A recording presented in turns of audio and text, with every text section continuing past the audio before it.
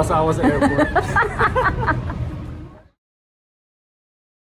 Ang kwentong ito ay inabot ng kulang-kulang 1 taon para mabuo. 4 na seasons, maraming mga pangyayari, at higit sa lahat, maraming first. Simulan natin sa winter, kung kailan mahaba at malamig ang mga gabi. Mga bagay na napawi dahil sa una nating first. Ang unang paglapag ng aking iniibig dito sa Canada ay ang corny. Sabi ni Mother, nandun sila sa letter C. That's D. So, banda rito. Pagbaba natin, nandun na sila. Nice. Nakikita ko ng C. Now, kailangan na lang natin silang hanapin.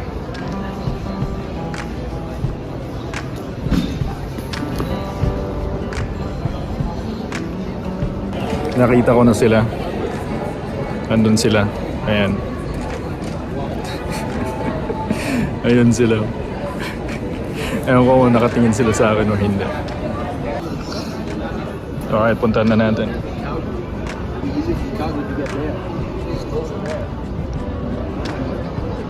Kulatin natin.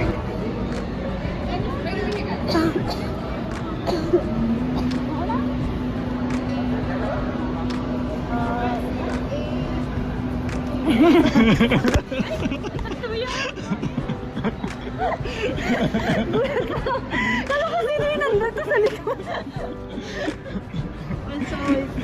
Video ba? Video ba? Hindi, picture yan.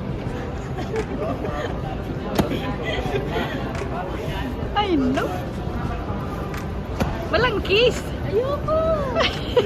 Bako yung binigyan mo. Hindi na natultuladan kinitito. Ang airport ang isa sa mga pinakamasasaya. Pero at the same time, ang isa din sa mga pinakamalulungkot na lugar. Ngunit sa mga sandaling ito, iba ang saya dito sa airport.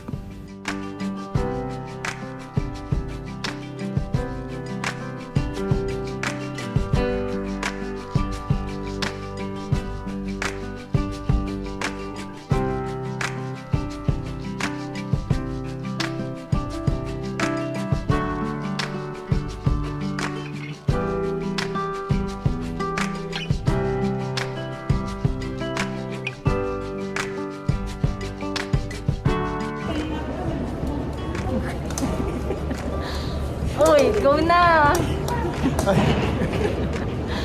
Go! Di ba ako maano dyan? Wow!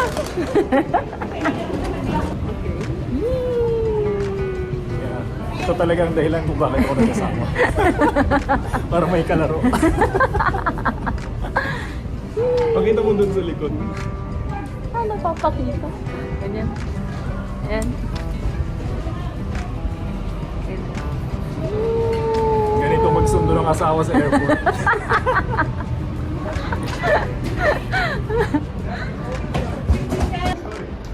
Pag medyo madilim. Bastos ka mo. So mag-jacket? Hindi na, dyan na lang. Hindi kaya pa na. Yay! Hi, Hershey! Ipagpatuloy natin ang mga first. First gift ko sa kanya dito.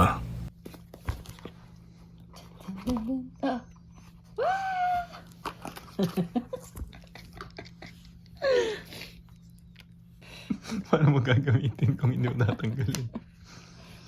First time, mamalengke together. Mamalengke kami ngayon. Suot-suot niya yung jacket ko. Yan ang everyday jacket ko.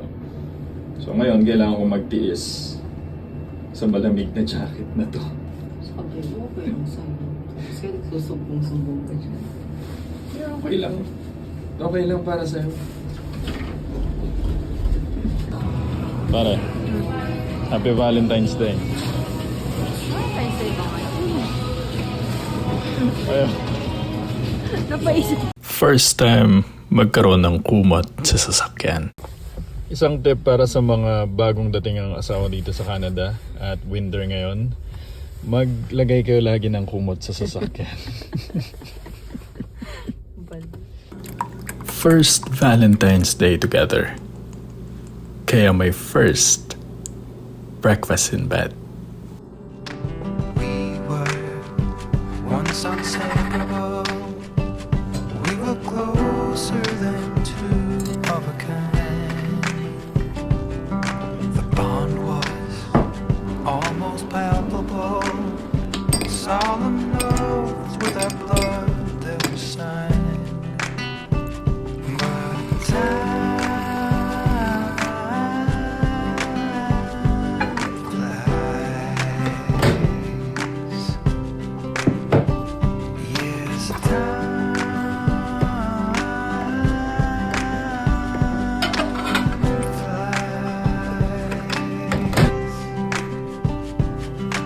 youth goes where it always goes, and we were both led by life to roam.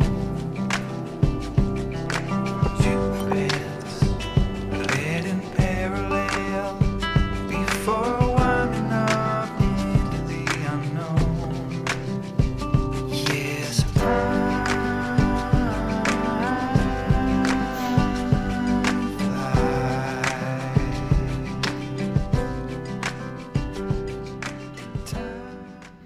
Sing na.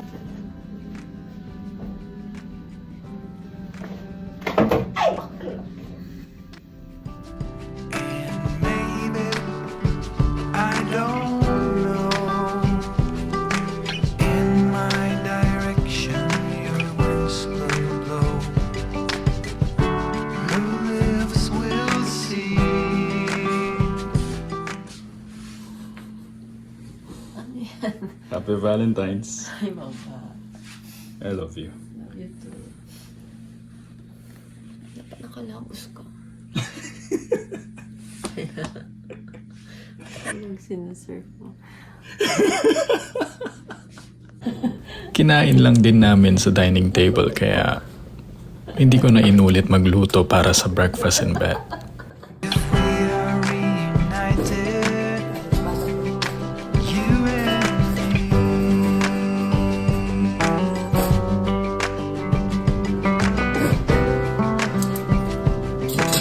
So, dapat everyday Valentine's. Ay, Sabihan mo. pagsilbihan ka na lagi.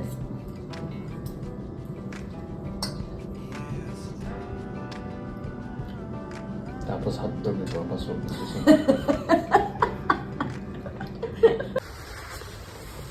First time makaranas ng snowstorm. First time niya na makita ng snow na makapal. Hindi ako makaganon. Makaganon. Makatingin ng diretso. Oo, kasi na yung snow. Yung snow.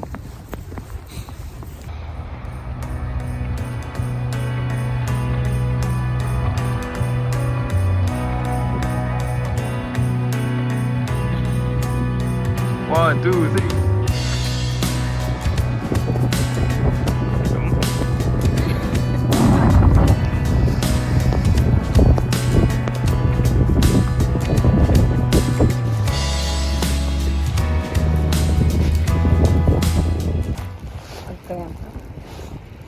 Kaya ka ah. Ano yan? Straight mo ah. Anong straight ko? Atoy na eh. Pag kasi Straight ko na. ulitan.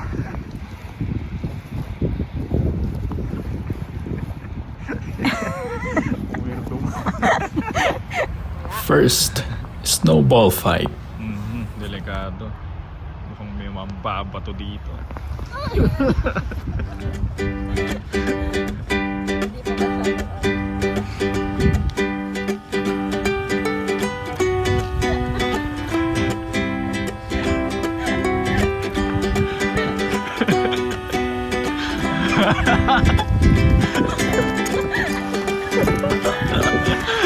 Natatakot ako tumakbo. Kasi baka umaya. Sumsub ka.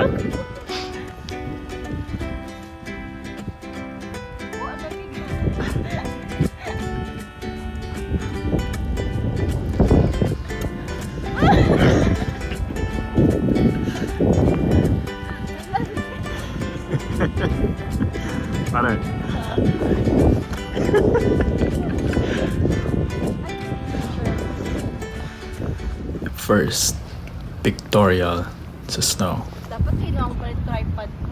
1, 2, 3.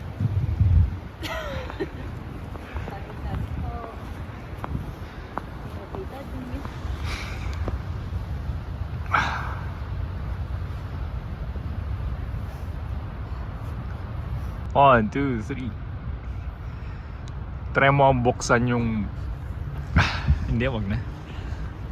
Landig na ng kamay ko. Tumigas na yung kamay ko. Tumigas din sa akin. First trip sa IKEA. Together. Para sa first project. Together.